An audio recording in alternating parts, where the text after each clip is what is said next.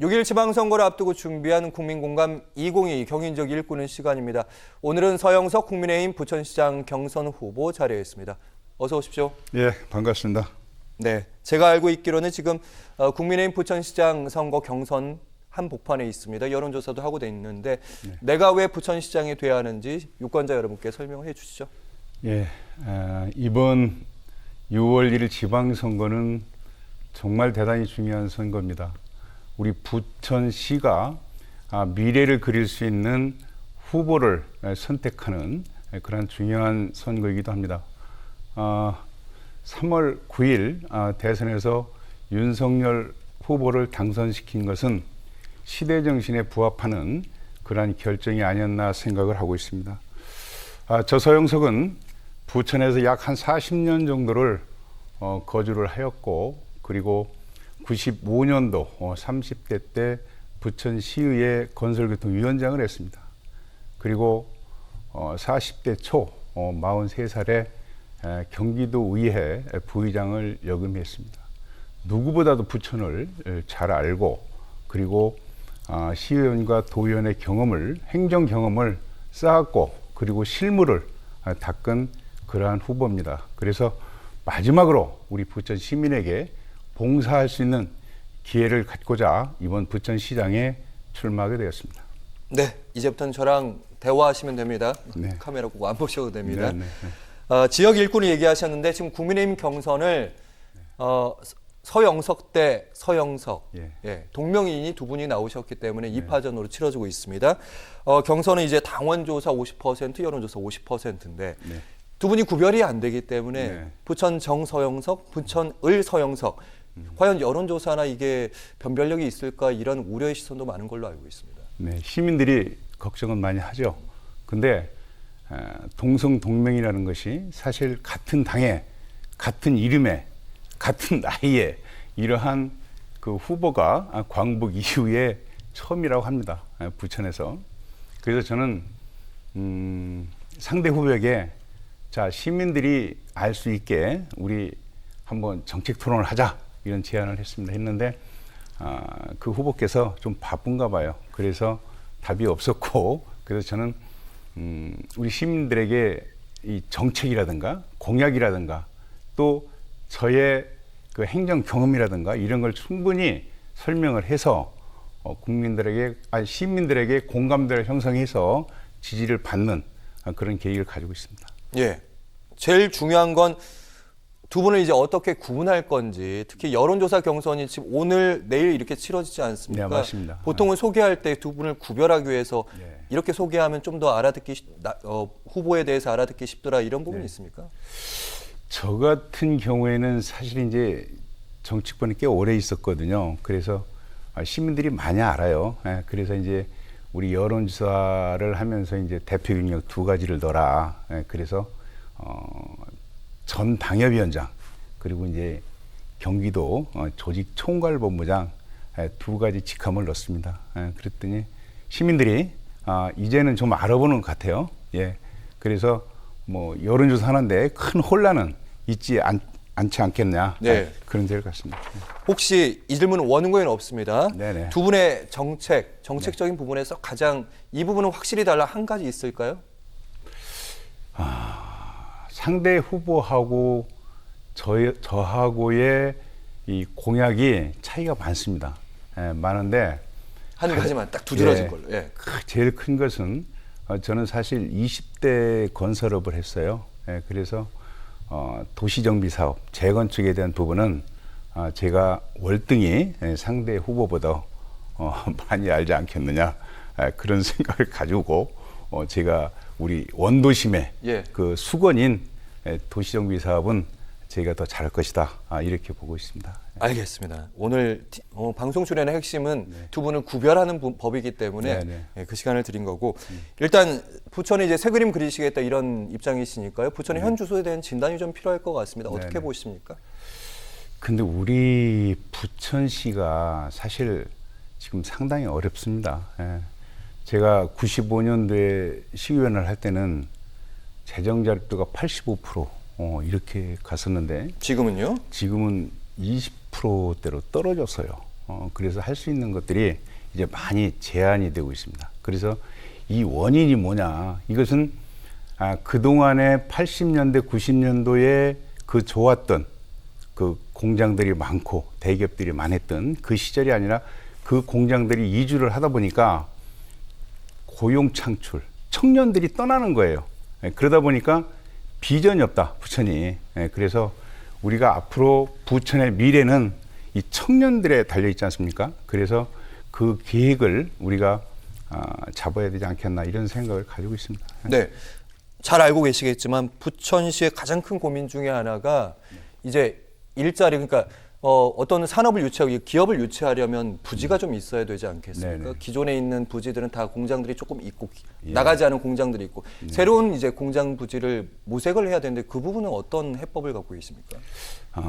제가 사실 20대 때 이 국회의원에 출마를 할 때 제가 그런 공약을 했습니다. 우리 부천의 마지막 토지인 대장 들판을 한 50만 평 정도를 공단 지역으로 지정을 해서 지금 3기 신도시 예. 거기에 첨단 산업단지, 도시형 첨단 산업단지를 유치하게 되면 청년들의 고용 창출과 그리고 부천의 먹거리, 100년의 먹거리가 마련이 될 것이다. 그런 그 공약을 했습니다. 그런데 이번에 104만 평의 3기 신도시가 이제 들어서게 되는데요. 그 104만 평 내에 지금 첨단 산업단지가 18만 평 정도의 축소된 그런 계획을 가지고 있습니다. 그래서 이 부분에 있어서는 충분히 더 확장시켜서 좀 우리 부천이 미래의 먹거리를 준비하는 것이 맞다. 저는 이렇게 보고 있습니다. 네. 이번에는 질문 하나 건너뛰어서 부천시가 현재 진행하고 있는 그런 사업들, 영상문화산업단지, 종합운동장 역세권 개발, 오정군부대 이전 부지 이런 주요 사업들이 조금씩 속도를 분명히 내고 있습니다. 이 부분 전면 재검토하시겠다 이런 말씀하셨어요? 네. 제가 3번에 걸쳐서 이제 기자회견을 했습니다. 해가지고 우리 부천의 마지막 보루인 그 4군데의 그 개발 사업을 졸속으로 하지 말고 정말 우리 부천의 중장기적인 계획을 정확히 잡아서 우리 부천에 100년 먹거리를 마련해야 된다. 이런 생각을 가져가지고 제가 개발 계획을 좀 늦춰라. 세부적으로 좀 해서 움직여라. 특히 이제 제가 강조했던 것은 운동장 사거리 개발 사업이었습니다. 운동장 종합운동장 말씀이시죠? 예. 그쪽이 지금 그 지하철 2개 노선과 그리고 GTX 2개 노선이 환승 주차가 장이 됩니다. 그쪽이. 예. 그래서 수도권에서는 가장 그 이제 요충지가 그렇죠. 운동장 사거리가 됩니다. 그래서 저는 그 지역에 부천의 IT 산업을 좀 한번 중심지로 좀 만들어 보자. 그래서 젊은 청년들이 좀 많이 올 수 있는 그런 도시. 그러면 거기에 IT 산업을 유치하게 되면 청년들이 오고 그리고 세수가 확보되기 때문에 부천의 자립도가 더 좋아지지 않겠나 이런 생각을 가지고 앞으로 제가 시장이 된다면 운동장 사거리 그 종합 계획을 부천시에서 직접 민관으로 사업을 한번 해볼 그런 생각을 가지고 있습니다. 네. 다음 질문 드리면 쓰레기 소각장 문제가 가장 어려운 일 중에 하나인 것 같습니다. 지금 있는 쓰레기 소각장 문제를 이제 더 크게 현대화해서 광역화하겠다는 게 현재 부천시의 계획이거든요. 여기에 대해 어떤 보관을 갖고 계십니까? 저는 그 이해가 안 가는 그런 우리 부천시에서 지금 추진을 하고 있는데요. 지금 쓰레기 소각장 부분은 현재 시설로도 충분히 소각이 가능합니다. 확장을 안 시켜도. 그러니까 주민들은 왜 그걸 확장을 시키냐. 근데 그 이유는 현대화를 시키는데 예산이 많이 들어가니까 국비를 받아야 된다. 예. 그래서 확장을 시켜서 뭐 계양이라든가 서울 쓰레기를 받겠다라는 거예요. 주민들은 하지 마라. 이 얘기고. 그래서 그런 부분도 그 주민이 원하는 그런 행정으로 가야 되지 않겠나라는 그런 생각을 가지고 있습니다. 네, 그 현 시장이었죠. 예. 일단 정부 공모 사업이었고 여기에서 우리가 3천억 원이라는 돈을 받기로 돼 있고 그렇죠. 그분은 부천시 예산 절감한 거 아니냐 이렇게 얘기하더라고요. 네, 그래요. 우리 그 장덕천 시장께서는 당신이 확장시키는 부분에 있어서 예산이 없어서 현대화는 시켜야 되고 확장은 시켜야 되겠는데 중앙정부의 예산을 받기 위해서 그렇게 그 확장시키는 그런 계획을 가지고 있다 이렇게 얘기를 합니다. 그러나 저는 사람이 먼저다, 주민이 먼저다라는 생각을 가지고 있습니다. 네, 주민 의사가 더 중요하다 이런 말씀이십니다. 그렇습니다. 그리고 보육과 교육 분야에도 새로운 그림을 그리시는 걸로 알고 있습니다. 네, 그렇죠. 어떤 그림일까요? 저는 그 우리 부천뿐이 아니라 대한민국 전체적인 그 현안이죠. 이 출산 문제요. 그래서 저는 그 우리 부천의 청년들이 결혼을 하기 위해서는 이제 주택이 필요합니다. 예, 아까 일자리랑 연계된 얘기네요. 예, 그렇죠. 예. 그래서 이제 주택 자금을 한 90% 정도는 부천시에서 이렇게 보증을 쓰고 10%만 가지고 있으면 주택을 구입할 수 있게 그런 그 보관을 가지고 있고요. 그리고 지금 이 출산율이 OECD 국가 중에 지금 10위 꼴찌 아닙니까? 예. 그래서 국가적인 그런 그 해결책도 되겠지만 지방자치 단체에서 적극적으로 이걸 대처를 해야 된다. 이렇게 생각이 들어서 저는 전국에서 최초로 정말 획기적인 지원을 지금 생각을 하고 있는데요. 제가 시장이 되면 한 명을 낳으면 1,000만 원을 주고 두 명을 낳으면 2,000만 원을 주고 세 명을 낳으면 3,000만 원을 주는 이러한 획기적인 청년에 대한 그런 그 계획을 가지고 있습니다. 출산 장려금 얘기하셨습니다. 예, 그렇죠. 예. 자, 마지막 질문 이제 드릴 시간인데 마지막은 부천 시민 여러분께, 유권자 여러분께 하시고 싶은 말 한 1분 정도 시간을 드리도록 하겠습니다. 카메라 보고 말씀하시죠.